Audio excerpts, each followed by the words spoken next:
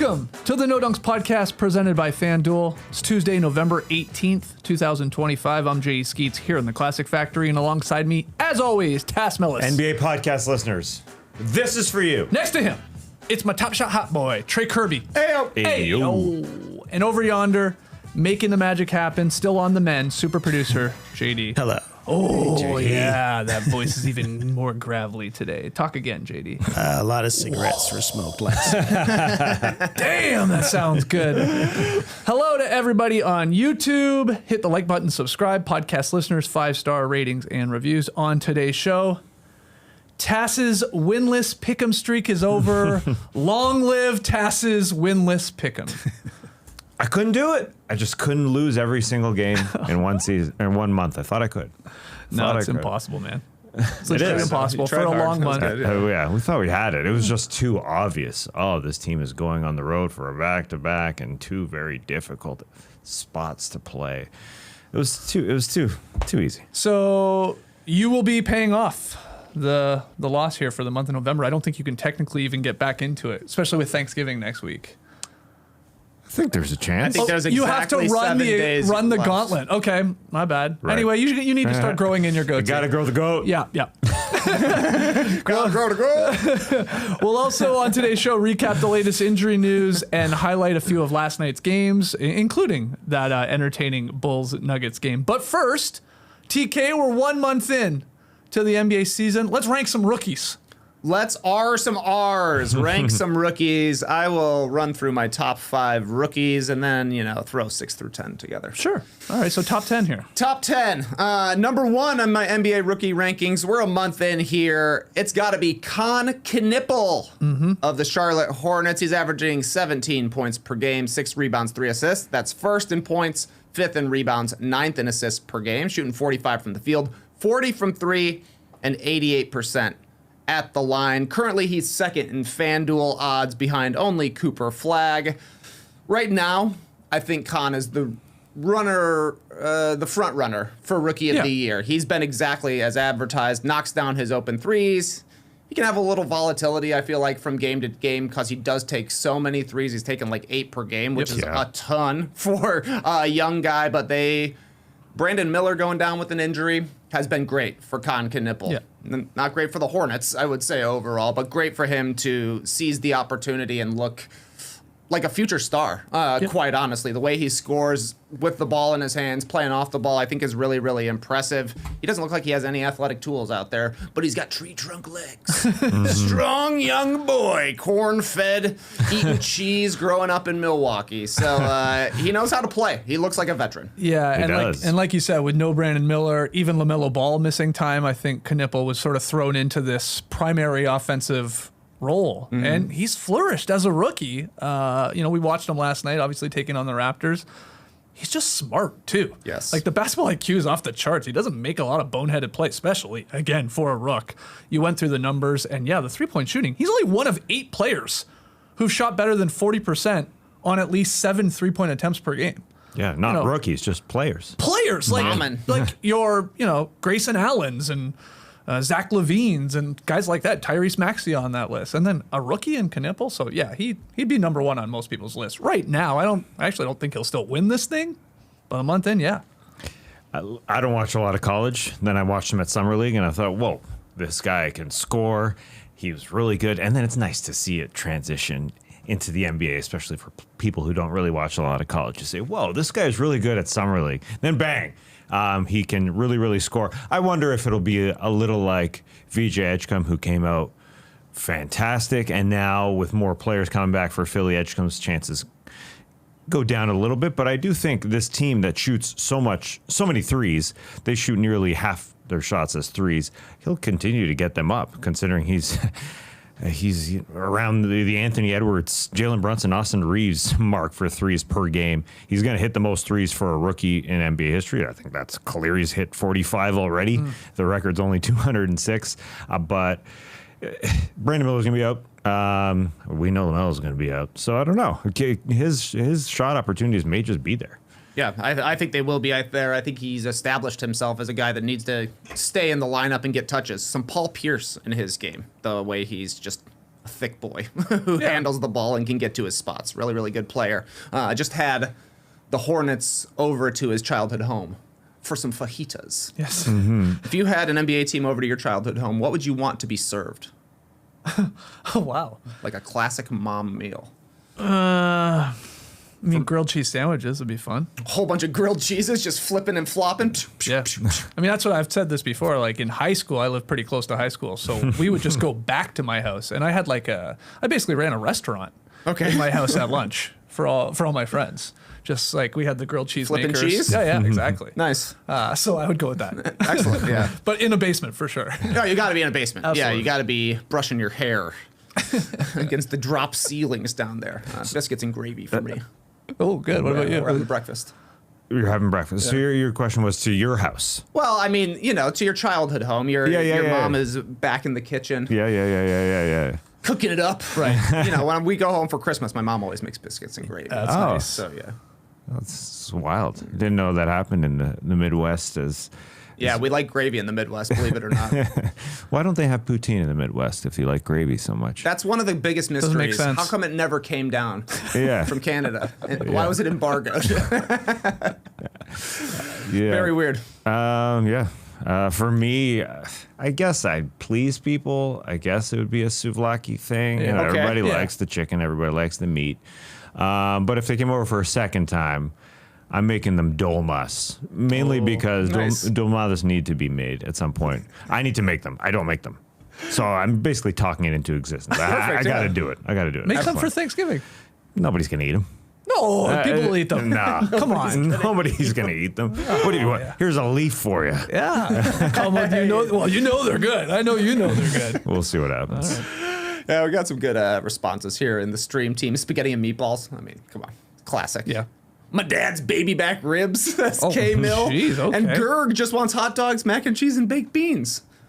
Gerg wants farts in his basement. I told you I went to a high school party once where Tolu was his name. Okay. His mom was upstairs. It was a basement party, no joke.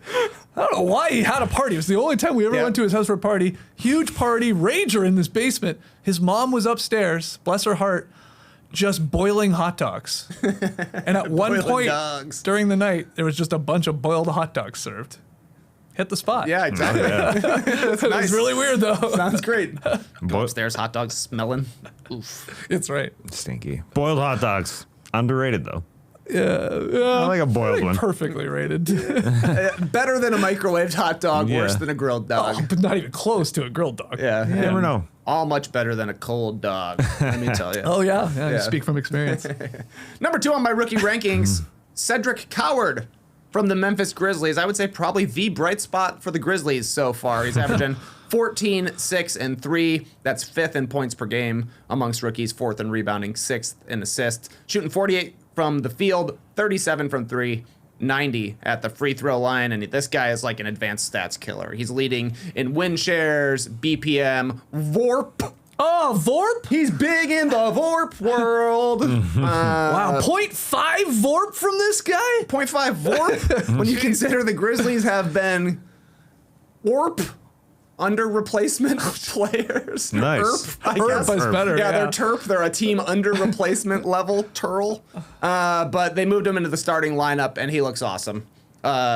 Just looks like a savvy player. Played Division III, eventually worked his way up to a D1 guy. I think he was going to go to Duke for this year of college basketball, but then figured out he was going to be a top 10 draft pick. He's like, yeah, maybe I'll go to the NBA. Yeah. Like I've said before, young face, old body. Oh, my God. Yeah, he's like 6'6" and has a 7'2" wingspan. And he has a pretty high release, I'd say, on his shot. So, like, Yes. he's sort of like, he ain't getting blocked, is my point, despite only being 6'6", with those long arms and the way he shoots it pretty high. He's been great, like you said, in a absolutely abysmal season for the Grizzlies.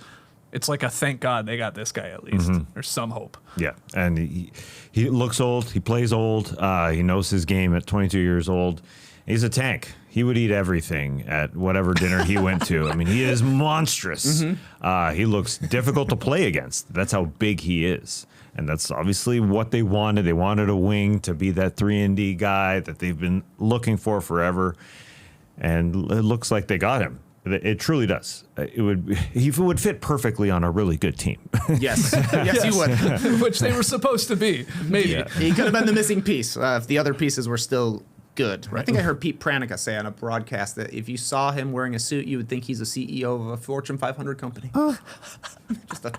Just a knowledgeable That's a guy. fun visual. Yeah, now we got to picture him playing in a suit. Yeah, it'd be cool if he played in a suit. The CEO walks in with like really wide shoulders, I guess. Is that because he's big? Presence? Yeah. Is that what, I don't know.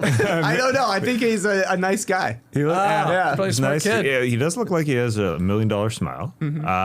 He looks older, like experienced in the business world. So I can see a Pete. Yeah, started in the mailroom.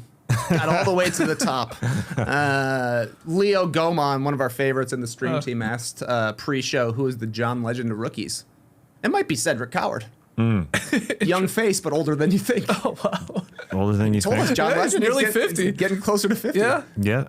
And he's going to play for a long time, just like Johnny. Coward's gonna have a Johnny's career. going to be singing forever. Let us know in the stream team, who is the John Legend of NBA rookies in 2025? Number 3 on my rookie rankings, it's Cooper Flagg from the Okay. Dallas Mavericks. He's starting to put things together Oh, here, yeah. averaging 15, 6, and 3. That's second in points, second in rebounding, fourth in assists, 45 from the field, 29 from 3, 78 at the line. He is still the FanDuel favorite in Rookie of the Year odds. I think he's minus 110 as of this morning, which I think are the shortest odds I've seen. I think so. Since I've been looking. Yeah. I also think the next time we do this, he'll be number 1 in rookie. Yeah, he's rankings. going to win Rookie of the Year. As great as Knueppel's been, as great as some of these other guys have been. Hey, like looking at this whole thing, this class is a lot more exciting than last year's class. Oh, yeah. Like that's pretty obvious. But yeah, Cooper is starting to get it going. Turns out playing with a point guard can help. And obviously there's, now the Nico Harrison and all that is sort of like gone. That cloud is no longer hanging over the franchise. The guy's awesome. He's awesome. He's still got crazy acne because he's a kid. It's wild to see. He's going to win because I think these numbers are going to tick up as he gains more confidence in the league. Yeah, and they have ticked up since they started playing a point guard. The last 2 weeks, he's been shooting 50%, 17 points per game. And overall, he's at 45%, so the number has been going up. It helps that he doesn't have to dribble the ball up the floor and start every single possession, something he never did. So I don't know if it's a Jason Kidd thing that just came into this season and said, whoa, we got to get this guy right into it. It's really puzzling. Now at a time where Mark Spears reporting that Kyrie Irving could be back extremely soon, and if it was a playoff game, he could play right now. It's just all strange when you think about how he was thrown into the fire. But he is just looks like a different player when he's super comfortable out there. Yep, 8 games with the point guard starting next to him, 7 without. So I think the point guard storyline will be dead. Yep. Thankfully. Conspiracy theory, Jason Kidd did it to get Nico Harrison fired. Yeah. That's what people He said. said, yeah. you didn't give me a point guard? Fine, I'm not going to play a real point guard. Yeah. Watch this. Watch this. We're going to make the number 1 pick that you got lucky to even get. We're going to make him look like a fool for 2 weeks, and then we're going to turn it around. And he still looked okay is the funny part. I mean, but it was obvious to a lot of us, like, yeah, you're holding him back here. He could be doing more. You're asking too much from an 18-year-old Yes. to play point guard when he never played point guard right away. But yeah, maybe. I don't know. You buy the conspiracy at all? I just Kid? made it up. I've heard it. No, it's going around. 100%. I 100% buy it. But he looks better playing on the second side and like getting dribble handoffs from guys. Make it easy on him, and he can do stuff. Yeah. He's got a nice spin move right now. That's going to get scouted very soon, and then he's going to have to come up with a second move. But guess what? He can do it. Yeah. At number 4 on my rookie rankings, VJ Edgecombe from the Philadelphia 76ers. He's averaging 15 a game, 6 rebounds, 4 assists. That's 3rd in points, 6th in boards, 1st in assists, shooting 41 from the field, 38 from 3, 73 at the line. Like Tass said, he has tailed off a bit after a very hot start to the season. In the month of November, he's 35% from the field, 33% from 3. However, in the month of November, 6 of 6 on clutch field goals, 3 assists, 0 turnovers, did miss 2 huge free throws last night, but the guy seems to make a clutch three-pointer in every single game that the 76ers play. Yeah, the cardiac Sixers, there's always in these close games, are always coming back. But that's a great point. That jumped out to me. It's like he is always making big plays in these games, late, big shots, whatever, big hustle plays down the stretch. He's awesome. He's going to be an unbelievable pro, I think. I think you've named the top 4 guys here in terms of minutes played, too.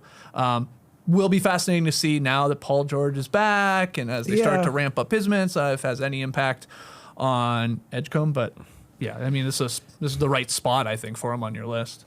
Yeah, and he's going to play fourth quarters. I don't know how you take him off the floor. He's super good. He could be playing beside Maxey, beside Quentin Grimes, and Paul George. Paul George can size up, play up to the 4. He played every single minute of the fourth quarter yesterday, and he came through.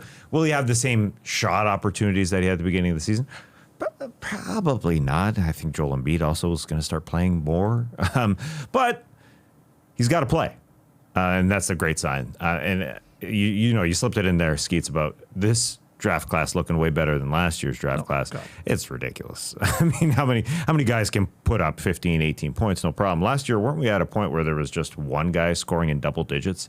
It felt like for most of the years. Was it Jared McCain who played like 16 games? It was bad. Yeah. And there's a guy on this team. He plays for the same Philadelphia 76ers team that has been playing just spot minutes since he's coming back because there's too many guys in front of him, which is a strange thing. And he looks a little rusty, I would say. Jared McCain. Yeah. He's going to be a blue coat, I do believe, for a little bit of time. Ooh. Get his legs underneath him, because there's still spots in Philadelphia. At number 5 on my rookie rankings, Derik Queen of the New Orleans Pelicans. Only 10, 6, and 3 for Derik Queen, but he does have 4 games already this season with 4 or more assists, and I don't think it's a coincidence. The first thing James Borrego did when taking over for Willie Green, Derik Queen, you're starting. Duh. Yeah.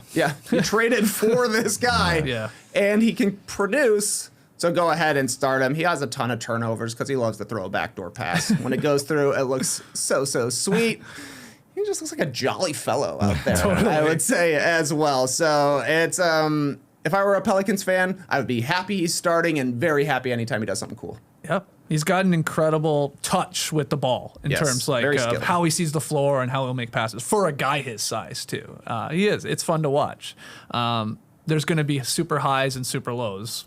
Usually is with rookies, but especially him, even his other teammate who I know will probably make this top 10 list in Fears.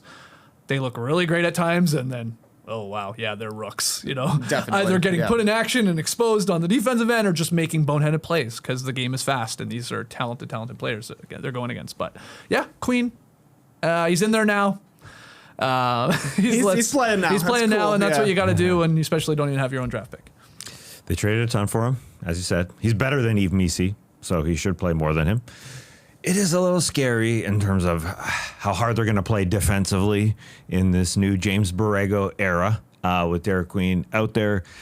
Because I thought first game against Golden State, they looked like they did want to be out there and play hard. And then the second game against OKC, it is OKC, but they got smashed real hard. And they need to have a different attitude on that side of the ball. And Derik Queen with that smiley smile, I don't know if he's going to bring that to the defensive end. He is super talented. As we said, Tim Duncan texted Antonio Daniels, who was sitting courtside, and he said, whoa, I like this Derik Queen guy because he's so freaking good. They're running plays through him. It's just, they suck overall at this point. That's the scary part. I mean, they are starting 2 rookies. They've started 3 at one point, haven't they? Who's their third? Are you thinking of the Hornets, who start 3 rookies? Oh, maybe I am. With who's the other? Zion James. Yeah. Maybe I am thinking of them. Because they don't have another one, do they? Anyway, I was going to say, did you see the Queen clip of Joel Myers and Antonio Daniels last night? Like pregame, they're sitting in the chairs doing their like hit before the game, talking up the game. Queen just came over and he just stood there. He just stood there smiling. He almost wanted to hear what Antonio Daniels' like keys to the game were. and trying to take it to heart. Yeah, we got to do insight. Anyway, he seems like a likable guy for sure. Yeah, he does. Yeah, well, wonder what the future beholds for the New Orleans Pelicans because he hasn't played very much alongside Zion Williamson, with Zion going down with an injury.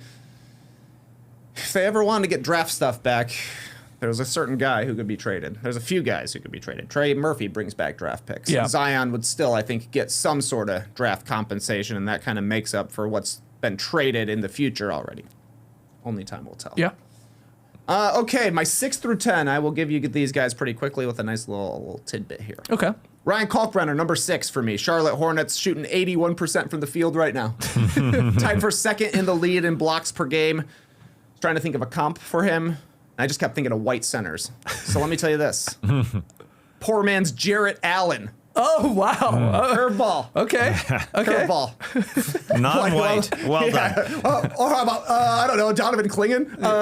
Jakob Poeltl? Yeah. But a giant man. Big old man. Big dude. And when they drafted him in the second round, I thought, okay, maybe they're changing the locker room around. And they do look better defensively. There's no doubt. And he's a part of that. But he is a one-trick pony offensively. That's why he's shooting 80%. So, Klingan sure. But he sets a big-ass screen and is obviously a defensive-minded guy. And he's just big and, things move slower, I think, for him. You know what I mean? You see his brain working. Even last night, I know we'll get into the Raptors finish. I was like, oh, man, Kalkbrenner, he's going to throw down this game-winning dunk right here. He's moving up into the top 5 in the rookie rankings, and he just stood like a statue, man. It took a little too long. Yeah. Got him from But behind. he's been good. He's been good. Yeah. He's been as advertised. We got a huge, tall, There you go. real Will Purdue type. Speaking of guys named Will Richard, number 7 on my rankings for the Golden State Warriors. He started the last 3 games for them. He's 9 points per game, 2 rebounds and an assist, shooting 41% from 3. Went to Woodward Academy here in Georgia. He did he? He did. Teammate of Walker Kessler. Oh. I wonder if he sees some Walker Kessler in Ryan Kalkbrenner. I played with a guy just like you. We'll have to ask him. He's solid. He's been, Don't mess up. Is basically what he does. Yeah. And there's a role when you play with the Warriors, and you can just do that. Yep. Pick your spots. Don't mess up. Bring energy. Realize where you land in the pecking order of basically Hall of Famers on the floor. Mm-hmm. Yeah, that's a great point. And you then can very easily earn the trust of Steve Kerr, and he has. And they love him. So, great addition. He's loved in the locker room, too, for sure. He's the guy that I think Draymond Green has looked at him and said, whoa, you're good. You're going to be around here for a long time. He'll be the John Legend of the Golden State Warriors of the NBA, period. I mean, he's going to be around for a long time. We've entered this section of your top 10 here where there's guys that, well, I shouldn't say that. I'll take it back. I was going to say that don't have a real peak, a real offensive peak, but I take it back. We're getting into some better ones here, even at the end of the year. Your top 10. Kalkbrenner and Richard are just good rotation guys. They look like they're going to stick around and play for teams. At number 8, Toronto Raptors, Colin Murray-Boyles, or as he was called here by ML Doomsday and the stream team, Colin Murray boiled hot dogs. Shout out to Tolu's mom. 8-3-1, 50% from the field, 50 from 3. Makes some cool passes. Got to start while Jakob Poeltl was out there for a little bit. Yeah, obviously as a smaller center, but brings the energy. Yeah, got that opportunity. Raptors are better with a healthy Poeltl in the mix, so we're seeing that. But he looks like he's going to be a player that's around for a long time, too, with what he can do and his energy and his hustle. And he is out there for defensive purposes. But, yeah, has shown some flashes, I think, more than I expected, even on the offensive end. So this is around the right spot here for him. Yeah, I like how he puts the ball on the floor, and he's super physical, so he'll get space. He'll create space for his own playmaking inside, and he's had some threes, too. So a guy who didn't start the season with his team, that's a good sign that he just comes in and clicks immedially. Colin Murray boiled hot dogs. Oh, and I have to remember that. That's pretty funny. If he ever gets traded down here, Colin Murray boiled peanuts. Or if he starts playing really bad, that's what we'll call him. Gross. Boiled peanuts. All right. At number 9, could have been higher. Jeremiah Fears, also of the Pelicans, 15-3-3. He's going to put up some massive numbers. 45 from the field, 35 from 3, 83 at the line. Reminds me so much of Monte Ellis when I watch this guy. Very, very quick. I don't know if he necessarily has much of a jumper, but it's going to be a highlight package waiting to happen. Yeah, I think I would have him a little higher here, and you know, between 6 and 10, where you have him as 9th. But he had a really good game last night. Obviously, scored the ball well. He's just been very consistent in terms of scoring. He's scored in double digits 13 out of the 14 games he's played. He's shooting 41% from 3 in November. He started really bad in terms of efficiency, but those shooting numbers are ticking up. And again, I already said this, but classic erratic point guard play from the Rook. When I watch him, I'm like, holy crap, man, he's fast as hell. Obviously can get by anybody. but then will make some sort of boneheaded plays. He's sort of, I was thinking this, I was super high on Kira Lewis Jr. And I think Jeremiah Fears is who I hoped Kira Lewis Jr. would be. No one else was, but I was. But Fears is, obviously, he's already better than him. Who's out of the league, I think. I hope so, think yeah. He's on a roster. Maybe he's in the G League. But No, that was quick. he's good. Kira Lewis came and went pretty friggin' fast. Yeah. Here's a point of the top 10 where it would help if Dylan Harper was healthy. I mean, he would be up there. Oh, yeah. There's no doubt. He looked great for the Spurs before getting hurt. Mm-hmm. But Fears to look good. He does. He's erratic, but he's look good. Yeah. It's amazing we have a guy named Fears and a guy named Coward. Same draft. So we didn't have one Scaredy more. cat draft. Yeah, one more would be really nice, Power in threes. Yeah. I gotta hit thesaurus.com. I mean, I'll go deep in the draft, see if I can find a third name for us. Coward, Fears, Scaredy, Yeah, what about you? Frady. Can you throw Young in there? How so? I don't know if that necessarily works. Yeah, well, it's, Danny Wolf is sort of scary. You think that's what they're afraid of?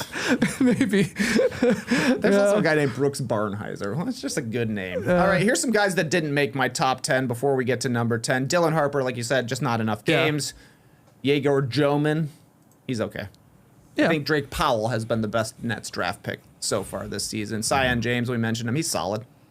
Starting a lot for the Hornets. Ace Bailey had back-to-back 20-point games. Asa Newell looks decent off the bench for the Hawks. And my guy Noah Senge played his first 13 seconds last night. Oh, he got in. Wow. Yeah. He Okay. played so little against the Nuggets last night that it didn't even show up in the box score. Bleacher Report, so it says he still that's hasn't played. weird. He just checked in for the last 13 minutes of the first half, or 13 seconds of the first half. But does it count as his debut? I guess it technically does, but Oh, that's a bummer. yeah, it's like a play-in champ or an NBA Cup championship game. I saw it, but the stats ain't It doesn't there. really count. Yeah.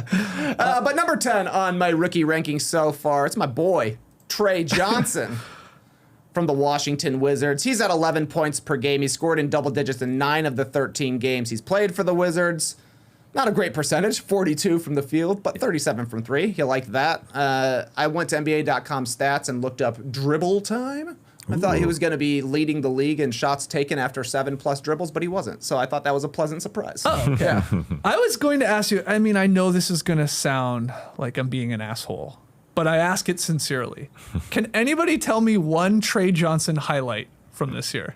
I saw him score a great bucket. I think it was maybe against the Detroit Pistons. Okay. And this is the one I'm thinking of where he dribbles it. He must have dribbled it 15 times Okay. before hitting a crazy lefty finish. I over haven't the top. seen one yet. Yeah. I know a part of this is the Wizards stink.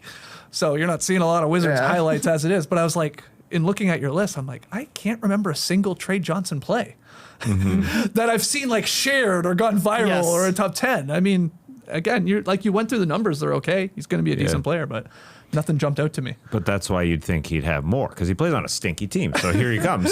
That's A why. little bit. He's scoring points. He is, yeah. Yeah. But have you seen him? Yeah. Tell me, have you seen him? seen Send us him? Trey Johnson highlights, please. Yeah, please tag me. Tag The only other me, guy I would Steve. throw in here is like Nick Clifford had like a stretch there where he played. Douglas Christie decided to play him, but now I think he doesn't even play again. So he was okay. I mean, it wasn't amazing. He was like 7-3-3. He was one of these guys who sort of fills up the box score a little bit in limited minutes, but he's not cracking this list. I just, if we're naming guys, We can name guys. Name some guys. name the Got any guys to name the name? red dog. That's fun. You seen those guys that show up dressed as Clifford? The big red dogs for Nick Clifford. Oh, no, I haven't, no. but I that's saw funny. it on Deuce and Mo. Deuce and Mo were talking about it, of course. I saw the photos. So they're diehards. Yeah. Nice. Yeah, good. I'm glad they are. I thought Hugo Gonzalez would be better with the Celtics. He's playing. He's He's doing playing, for stuff. sure. I thought Ben Saroff, because he's playing for the Brooklyn Nets and would be getting minutes, he'd be better. Game seems to be a little too fast for him. The air is flowing through that little goatee that he's got going on, and it's not working out there. And honestly, Moussa Cisse for the Dallas Mavericks Great one. helps Yeah. out, man. Deep pull. They need him. But that's a guy who's he helps, but he's an undrafted older guy that shouldn't be doing a lot and wouldn't be doing a lot if Anthony Davis and Derik Lively and the other guy. There's so many injured guys there, but he's getting minutes and he's playing. Yeah, he's in the Jason Maxiel, Adem Bona, random energy dude off the bench who's going to get offensive rebounds and dunk the ball very, very hard. So he shows up in every highlight package for the Mavericks. Like, wait a second. I've seen his highlights. We probably shouldn't be seeing this much of him, but he's been pretty solid. I agree. Yep. One more. Yes. Because he shocked me because he was playing a decent amount because of injuries too. Tyrese Proctor. Yep. With the Cavaliers. He played at Duke, right? Yes. Yeah, he's Duke guy. He was pretty good, but every time I see him, I'm like, yeah, he's fine. So I wasn't really familiar with his game at all. He plays hard. Yeah. Call the doctor. It's Tyrese Proctor. He was on Australian, I believe, right? He's a potential Oh, he is. 2032 Olympic guy getting his second mention on No Dunks this year. Too bad Kevin Gamble still wasn't in the league, eh? Yeah. Procter and Gamble. Okay, I didn't know. Did you find? Did you guys just think I wished Kevin Gamble was still in the league? I didn't really know where you were going with Procter and Gamble. I thought it was so obvious. Interesting. I forgot about him. Did you find another scary rookie name? No, not really. But yes. What about yes. Go on. Talon Peter? No. I was going to say, you know what is scary? This is only for people in the South, really, for only people in the Atlanta area. There is a guy named Chaz Lanier. Oh, that's scary. Lake Lanier. Very scary down here. A lot of dead bodies. So maybe he's the third name. Scary name. I'll also throw in Javon Small for. Oh, okay. Too bad it's not Meek. Meek Clifford Jody would be Meeks would have been perfect. Yeah. These are forced. They're in that. Howard No way. These are Fears. so good. I shoved in the Young. I'd shove in the Janai Broom. I mean, brooms can be scary. Oh, come on. Now who's forcing it? Yeah, absolutely. All right, those are Trey's top 10 rookies 1 month in. Does sound like everybody still thinks Cooper Flagg will ultimately win ROI, but could have a nice battle here with especially Knueppel. Yeah, I would say that's exactly right. Yeah, yep. All right, we're going to take a break, and when we come back, we'll get into some injury news and some of last night's best games. Life is busy right now with the holidays right around the corner. You're planning and you're shopping and you're maybe traveling. The days right now can get away from you in a hurry. That's where Peloton comes in, helping you break through the busiest time of the year with the brand new Peloton Cross Training Tread Plus, powered by Peloton IQ. This is Peloton's most elevated piece of equipment yet. We're talking real-time guidance and endless ways to train, whether you're running, lifting, stretching, or working on those abs. Peloton IQ is like having a coach that knows you personally. I know you ate hot dogs in Tolu's house. That's what the instructor says to me while I'm working out. It plans your workouts, tracks your progress, corrects your form, and gives you the kind of feedback that helps you get better faster. And with the swivel screen, it's never just one thing. You can hop from a 45-minute ride on the Bike Plus to a 5-minute yoga stretch on the mat with one smooth spin. That's the beauty of Peloton. There's always variety and always a coach ready to bring the energy. So let yourself run, lift, flex, push, and go. Explore the new Peloton Cross-Training Tread Plus at onepeloton.com. It's NBA tip-off month. We're 28 days in of basketball officially, and FanDuel is your home for live betting. So even if you missed the start of a game or want to ride the hot hand, just jump on in. FanDuel has live bets on everything from who will score next to fourth quarter comebacks. Plus, you can even combine your live bets into a same-game parlay for a shot at a bigger payout. However you want to play, now is the perfect time to join because FanDuel is giving new customers $300 in bonus bets if your first $5 bet wins. Play your game with FanDuel, official sports betting partner of the NBA. All right, if you're just joining us, hit the like button, subscribe to No Dunks on YouTube. We would really appreciate that. Podcast listeners, 5-star ratings and reviews. All right, let's get into some NBA games from last night, some of the news. We're jamming two together for this first one because Giannis left in the second quarter of last night's 118-106 loss to the Cleveland Cavaliers because of a left groin strain. Didn't look good. He didn't return, of course, and he's scheduled to undergo an MRI today. And after he left, it was very difficult for the Bucks. Cavs sort of took care of business. Great Donovan Mitchell game, but we start with the Giannis part of it all. Just an absolute bummer. This guy was playing at an unbelievable elite level. MVP numbers for like the 5th or 6th year in a row here. But he's out, and we'll find out maybe today how extreme this is. Yeah, and watching him and when he sat games earlier this season, I thought, it's going to work out perfectly here. He's taking care of his body, and then this hits, and it seems like it's going to be longer than a couple games. It's going to be a little bit. Now the question is, who steps up for this team that's 8-7? They started 5-2, now 8-7. I said before the season we're going to have to see a little bit more Miles Turner because he's kind of their number 2 option. That's not going to happen. Ryan Rollins has really stepped into that number 2 role. He's been good. I think it's Kyle Kuzma time. I know it's a little bit. Maybe. It is a little bit scary thinking about that, but He's been better this year. he has been. He has been. Then that's why you kind of I mentioned it because there's some good games. He had a 29 and a 26er in the last 8 days. So he has to step up more. The role is going to be on him. It's kind of we have to flash back to his Wizards days where he's got to get the shots up. Yeah. Somebody does, and maybe the percentages won't go up. His efficiency won't go up, but I don't think it's going to be Miles Turner. Rollins has been a pleasant surprise this year. Giannis called it before the season. He has been really good, but they need somebody to step up. It was impossible to not think of you, Trey, though, when I saw Giannis go down and leave the game, because something we talked about, it felt like endless times in the preseason when we were making predictions for over-unders on the Bucks. I think you and I were going over, and you kept bringing up, like, yeah, they might be good, but what happens when Giannis inevitably maybe misses time because of an injury, because he carries so much of a workload, he plays like a madman, and so we're going to find out here. Yeah. Because, again, we got to wait to see how extreme it is, but he's going to miss some time. We know that. Yeah, How Doc much was time. saying post-game it doesn't look good, which agree. He got wrecked by Jared Allen. The dude plays through so much contact and gets very few foul calls. If I was a Bucks fan, I'd be feeling some type of way, even though Doc said this wasn't this specific play that it happened on. It happened a couple of times earlier during the game, but the Jared Allen, bumping into him and the weird angle of contact really did it to Giannis's groin. But the Bucks have been struggling even with Giannis playing. They haven't been able to win back-to-back games the entirety of the month. They were alternating wins and losses until just losing 2 straight. Kevin Porter Jr. is already out with a meniscus surgery or something like that. And the Bucks are a negative net rating team. They're 17th in offense. So despite Giannis playing incredible basketball, it really hasn't been able to lift Milwaukee any higher than just being a middle-of-the-pack team in the Eastern Conference. The starting lineup kind of makes sense to me, as putting as much shooting around Giannis as possible, but the starting lineup's been pretty bad for Milwaukee. So yeah, this could be a tough stretch depending on how long Giannis is going to be out here. A couple of weeks.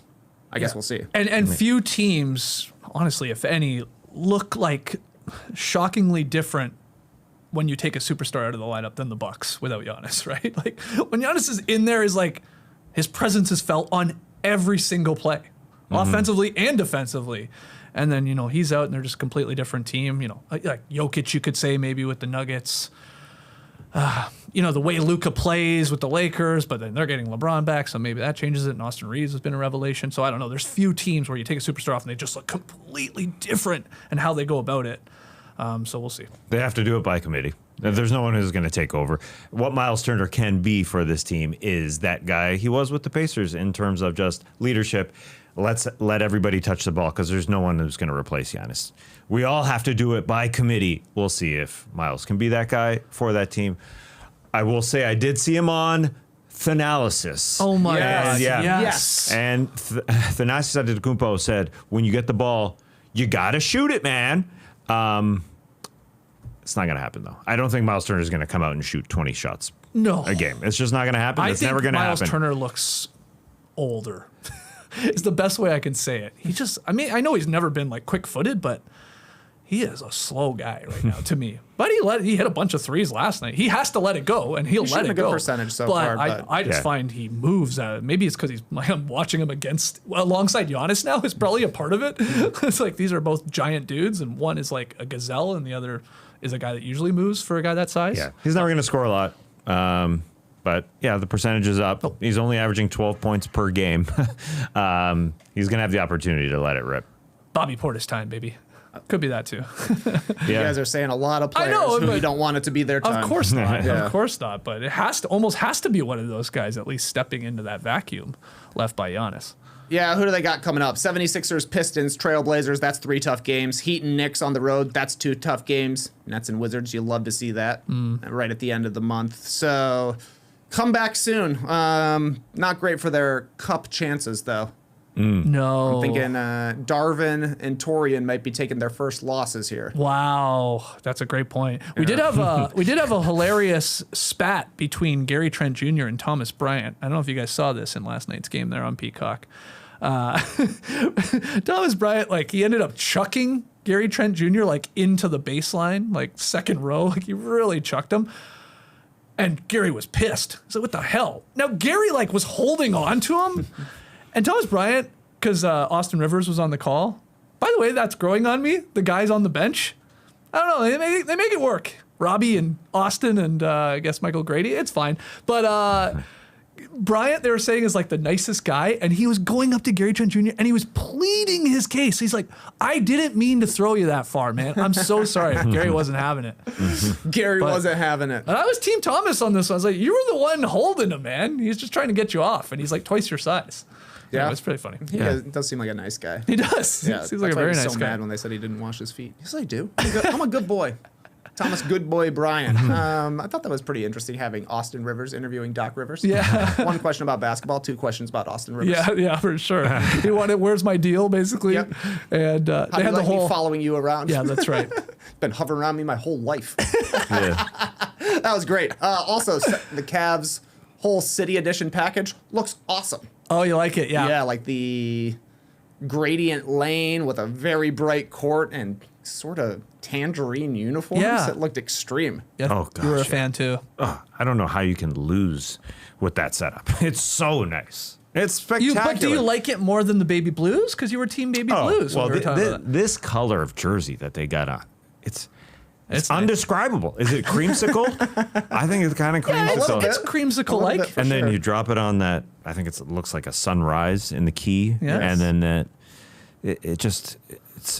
it's so well paired with like the hardwood that it's just a nice pairing. It all looks good. Nice I was watching this game, obviously, and Nora looks up and goes, "Why are they called the Land? Who the hell calls them the Land?" I was like, That's a fair question. Yeah, I was like, I don't know. They leaned into that. I had never heard anybody call Cleveland really the Land, but of course it's a thing now that they go with. Sure. Yeah. Yeah, the lake. I think you could do that. Mistake by the lake. They should put that on the court. The Land. You should buy those jerseys, though. We should actually buy all those jerseys up. You know why? Buy Land, they stopped making it. All right. That's good, actually. That one hit a lot better than Procter and Kevin Gamble. All right, let's show you the rest of Monday night's results. I'm just going to chuck them up on a graphic here for you. JD, I think, has figured out our light situation, so we'll get to the graphic now. Oh, you haven't? Okay, well, lights are on right now. So good enough. So here they are. We throw them up here because we already talked about the Cavs and Bucks. Donovan Mitchell, we glossed over. Just a monster game. Guy was on fire last night. Great game from him. He's on fire in November. But then we had some close ones. Raps beating the Hornets. We had the Sixers beating the Clippers, coming back in that one. Heat, a wild ending to that one, beating the Knicks. Bulls, 130-127 over Denver. Big game in the pick'em that we'll get to later. And then some blowouts. Pistons winning their 10th straight. Wolves taking care of business over the Mavs. And the Thunder absolutely demolishing the Pelicans. Any of those games that were notable to you that you wanted to highlight, TK? Well, I mean, the Bulls win is pretty funny. They lost to the Jazz on 3 days rest and then beat the Nuggets on the second night of a back-to-back after playing double overtime. Thanks to the Nuggets for taking it easy. The Chicago Bulls, they're like, oh, we can come back from 20 down, no problem. And they did. Yep. It was an 18-point lead in the second quarter and was gone in 5 minutes. But then they had to do it a second time and couldn't do it. Because Vooch put the clamps on Nikola Jokic, held him under 50% from the field. Ooh. And made one big shot. Shout out to you, Vooch. The most notable game for me, though, last night was the 76ers winning yet another clutch game. Yep. Absolutely got some help from the refs because Quentin Grimes fouled James Harden twice on his three-point attempt, once on the elbow and then landed underneath him. Either one of those could have been a foul. Harden missed that one. gets tipped out to the perimeter, had another decent look In the corner. from the corner Yeah. as well, and shot it pretty far, too far. But the 76ers are the best fourth quarter team in the league so far this year. They are plus 25 points per 100 possessions in the fourth quarter. They've had 4 comebacks in the fourth quarter from down double digits already this season. There's only been 14 fourth quarter comebacks of 10 plus points the entire NBA, and they've got 4 of them after coming back again last night. Yeah, Maxey was awesome again, 39 points, 6 assists. He had 27 in the second half.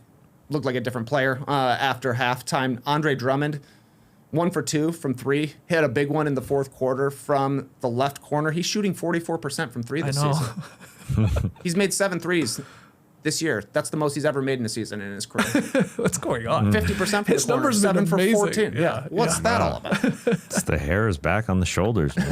Yeah. Feels better. Feels He's right. got a crazy look. I think Quentin Grimes probably gets a game ball. Basically, the Sixers played box and one on James Harden after Harden lit it up in the first half, and then they put Grimes in to start the second half and just said guard him up and down the court. He played really well defensively, made some shots as well, and Paul George is back. He was pretty rusty, but he was moving well, I thought. Yeah, 9.7 boards in 21 minutes for Paul George. I guess he hit his first shot, didn't he? Yes. Hit a 3, and then he hit like maybe another little floater later, but otherwise 2 of 9, and didn't play in the final basically 9 minutes of the game when the 76ers overcame that 13-point deficit. He was getting like these little 5-minute stints right at the start of the quarters for the most part. Yeah, just to But get him yeah, out I'm there. with you. He moved okay. He obviously just looked rusty with the shot. Very rusty. Yeah, Quentin Grimes was spectacular in that fourth quarter. He had 4 shots. He's just ready to cut whenever needed, but he created his own shot, something you didn't see from him in the past, hitting a big 3 over John Collins. He had 19 points in this game. He's averaging 17, 4, and 4 this season. Spectacular numbers going into a contract summer for Quentin Grimes. Daryl Morey's got to make a tough decision there. You just mentioned Paul George. And Joel Embiid getting paid so much. Maxey obviously is getting paid a ton. What's Quentin Grimes going to get paid? A lot. And I understand why Nico Harrison sent him away for Caleb Martin. Shouldn't have, obviously, because he's freaking good. But yeah, you get to put him on James Harden. He looks so good. He looks the peak Quentin Grimes so far in his career. Any other notable games to you from Monday night? Well, we got to get a little Raptor love in there. The way they Raps finished talk. off the game with a monstrous block. Brendan Ingram come back on Kalkbrenner. Huge block. And then Scotty Barnes sealed it. Walk-off block. A walk-off block, yeah. Cool. Yeah, they checked the time. Was there enough time here as the ball went out of bounds? No, game over. Yeah, the arena goes nuts. It was pretty funny. Scotty Barnes just can't stop blocking shots. He is blocking so many shots. He's averaging 1.8 most of his career. He's tied for 5th in the NBA right now. He's tied with Rudy Gobert. But I think what's helped him is other guys like Brandon Ingram taking the load off him offensively, and he can do a little bit more defensively. Although, I will say, Brandon Ingram had a nice pass to RJ Barrett for that key bucket. That was nice. It was. I mean, I thought he was going to force it. Right? Exactly, because he had been all baseline jumper. Fourth. In clutch time, it's a little too much ISO for Brandon Ingram. But that being said, Great pass. They're moving it. They just did enough. They were a little like the Denver Nuggets, I think, with the Chicago Bulls. We'll get it done with the Charlotte Hornets. I think they were chilling out a little bit, but they won. They won. Yeah, a game they probably wouldn't have won last year for sure. Scotty Barnes is going to make all defensive team too. He should. Because he's been incredible. And it helps when you have like a few highlight defensive plays, like a walk-off block, basically, saving at least the idea of overtime. I guess Sexton even could have hit the layup and got fouled if he, mistimes it or hits him in the wrong spot. Could have won the game that way, but that was awesome. And the Raptors have now won 8 of their last 9 after a weird start to the season where I was panicking, and now they're 9-5 here. And we hadn't talked about this all season long, Trey, but I looked it up because Brandon Ingram had a huge dunk late in the game, registered as the 4th highest dunk score of the year. Wow, really? Dunk score we haven't talked about once. Who's number 1 right now? Cam Whitmore? No. Shaden Sharp the had a best monster. Shaden Sharp, number saw it. 1. Well 120.4, done, I Tass. saw that. That's right. I saw it. 'cause it Yeah, was he did have a sweet. good one. That was a big one. I'll tell you who else have the other ones. Atlanta guy. Do you remember the big Atlanta dunk? Jalen. Not who you think. I was going to say, not him. Trying to remember. No. It was against the Thunder. Onyeka? Yep. Onyeka and Kongwu yeah. down the lane. And then it was a weird one to have in third spot on the dunk score. Zion Williamson had like a putback dunk. Okay. I mean, it was fine. It was powerful. Was it against Wemby? It wasn't the one near Wemby. It was against the Spurs, so maybe it was that one. It's a good contest score. Yeah, Wemby was there. Yeah, Wemby was there. He wasn't. Wasn't really. No, because he had to chase. Well, it's a Zion down. putback dunk. Yeah, Wemby doesn't even jump. That's ridiculous. That's ridiculous. Anyway, big dunk there from Brandon Ingram. Raptors are one of 5 teams that rank top 10 in offense and defense. So it's defending champion Oklahoma City Thunder. Then it's the Nuggets. It's the Rockets. It's the Spurs, though I would imagine that's going to change if Wemby's going to miss time here, which we'll get to. And the Raps, who are like sneaking in there at least top 10. I think 8 on one end of the floor and 10 on the other. And they got a good game coming up against the 76ers, but after that, shouldn't say this, but it's easy. Wizards, Nets, Cavs, tough, but Pacers, Hornets again. So this team's not going back to 500. No way. Oh, boy. No way. They're 9-5. They're looking obviously very good. But we slipped in the Clippers there, and James Harden looking good. But there's got to be some scary times coming for the Clippers. I mean, They stink. Coming. Yeah. Coming. They're here, man. They're here. And Yeah. and their pick goes to OKC. They're going to win the number 1 pick. You watch. That shouldn't be allowed. They shouldn't be They allowed. should not be able to do that. Did you guys see the crazy ending to the Heat game versus the Knicks? Yes. Frantic rally at the end. Looked like the Heat were going to run away with it. Then the Knicks go on this big sort of 11-3 run. Deuce McBride, he misses a jumper. Cat gets the offensive rebound, fires it up. Khalil Ware goes way up. He blocks it. It's a block. The play continues. And then that chicken shit ref, man, I hate this, goes, goal 10. And he's only calling it so he can just make sure it was a clean block. Yeah. The guy knew it was a clean block, but he's like, ooh, it's late. This is a close game. I better call a goal 10. I can't stand this for some reason. They went and looked at it. It wasn't. It wasn't. That thing was still going up. Ware just got so far up there. So it's overturned, but it's a jump ball at half court. I think Cat wins that tip. So here we go again. McBride misses again. Then Towns gets 2 offensive rebounds. Like there was like a lot of jostling under there. But Cat gets sort of like a fadeaway look right at the end. But he missed it, and no foul call or anything like that. And the Heat survive in a weird ending. Yeah, live by the deuce, die by the deuce. If you're Elvis. But like McBride played pretty well. I thought hit some massive shots in the fourth quarter to get the Knicks back in the game, but then missed like the 2 biggest shots that he had a chance to take. I thought Towns was kind of pressing down the stretch in the fourth quarter. You could tell they were missing Jordan Brunson out there. Jalen Brunson out there. Yeah. He's their clutch guy. He gets good shots basically every time he has possession of the ball. They didn't have him. They didn't look like they knew what they were trying to do down the stretch, but they were hitting some massive threes. They got him back into it, and I thought the Heat looked like they were like, all right, we got this. And then suddenly New York was on fire for 90 seconds straight. Yeah, and I don't think the Knicks have won a road game yet. They've barely played. True? They've barely They played haven't on the had road. I very think that was many. only their 4th road game. They played a lot of games at Madison Square Garden where they have a great record. 0-4. But I think they're 0-4, yeah. Yeah, the Deuce went for it. He had a big dunk earlier in the game, and then that lefty scoop that he tried. Sorry, I just wanted to drop a deuce because I was on screen here. D and a D.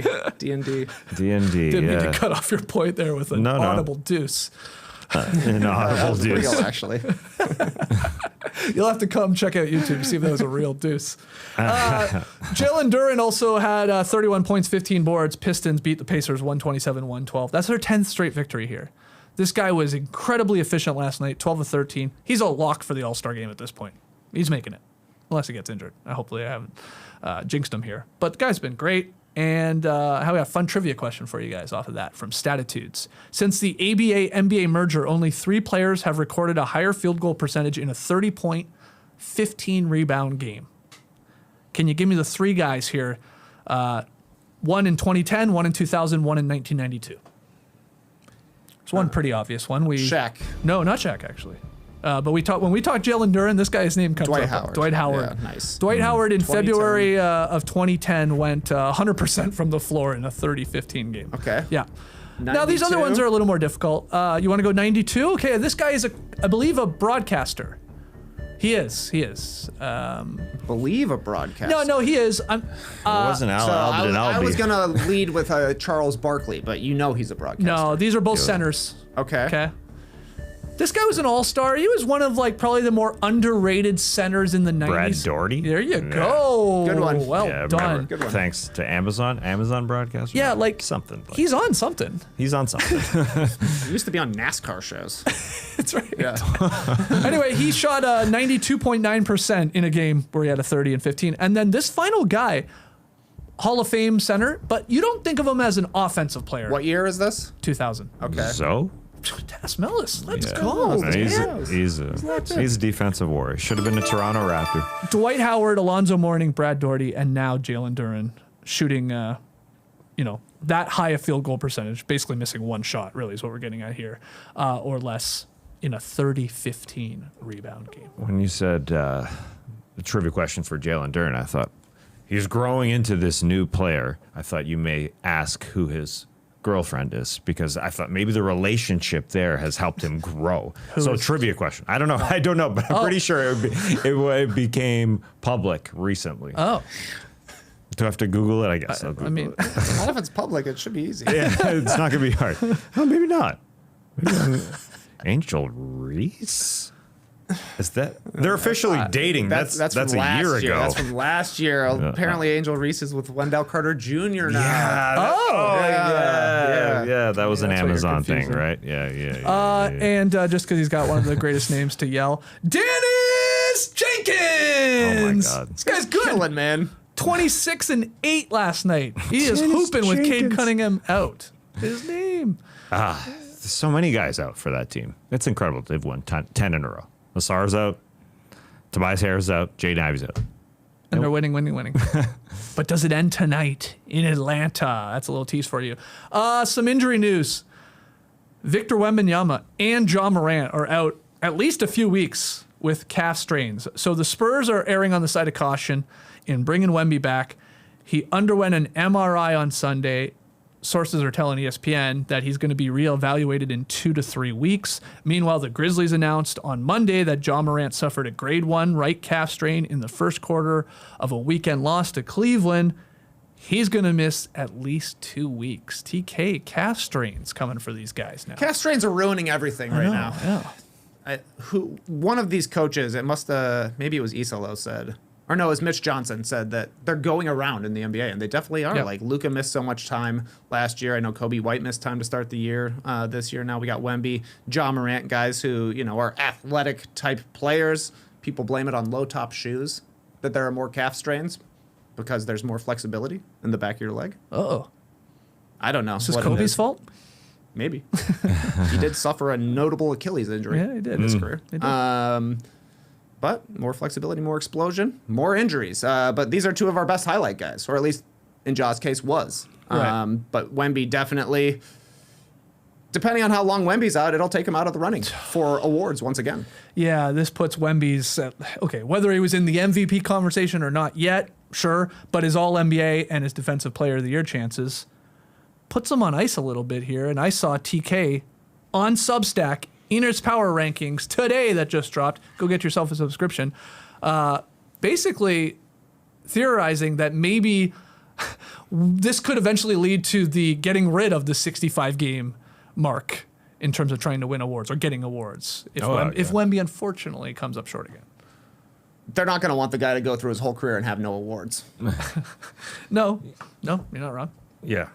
I mean, it put in place so people could all get rid of the conversation about, they're tanking and all that. That's what accompanied the 65 game threshold. Now that seems to be gone by the wayside, so I do think it will just be eliminated at some point. Wow, eliminated entirely. Yeah. Maybe tweaked. I don't know about that. I mean, voters will factor it in if somebody plays fewer than 65 games, like they always have. Right. But it was just hey, we're getting into our negotiations with new TV partners. We can't have this, everyone's tanking part of the conversation happening, and so they got rid of it. Yeah. Although calf injuries are a problem. JD, I don't know if you've had one recently. I know Trey had one. Was it last year? Was it the calf that cramped? Or was it the thigh that cramped? He cramps everywhere. I'm mostly cramping the hamstrings, but I'm not explosive enough to have calf injuries. You don't have to be explosive to have calf injuries. I think, well, I guess I'm just speaking more to cramping. It's happening. It's happening to everyone.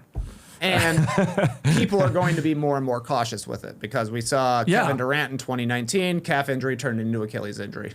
Flash forward to 2025 finals, Tyrese Halliburton calf injury turns into Achilles injury. Yep. Missing 2 to 4 weeks is a lot preferable to missing 12 months. That's exactly. Mitch Johnson basically said that too. He said calf tightness is not something you want to take lightly. That's what he's alluding to. Like these guys pushing it to get out there. Could you play through it? Probably, but it could lead to an absolute debilitating injury. Yeah. That's happening a lot. I mean, you brought up the shoes. Like, what about the pace of today's game? Sure. Maybe? I don't know. People having do some more. sort of impact? Let's hear your theories. Or is it just bad luck? A lot of guys injured right now. It does suck. Pick 'em. As we said off the top of the show, streak's over. Task 1. Bulls got it done. Bulls bench outscored the Nuggets bench 66-9. What? Who was that? Javon Carter and Jalen Smith and who else came off the pine to contribute? Io, yeah, he had good game. So Javon, 5 threes. It'd be tough to lose a game when you your bench outscores the other team's bench 66-9. And it's impossible. I told you couldn't do it, but you're 1-10 now, and I guess you got to run the gauntlet here to even get back into the mix. But tonight's game test. Another streak is happening. The Detroit Pistons have won 10 straight games coming into Atlanta. Will it continue? According to our guy, Danis Jenkins, he said, quote, "We're all nasty dogs. Nasty boys." What a quote. We're all nasty dogs. Nasty boys.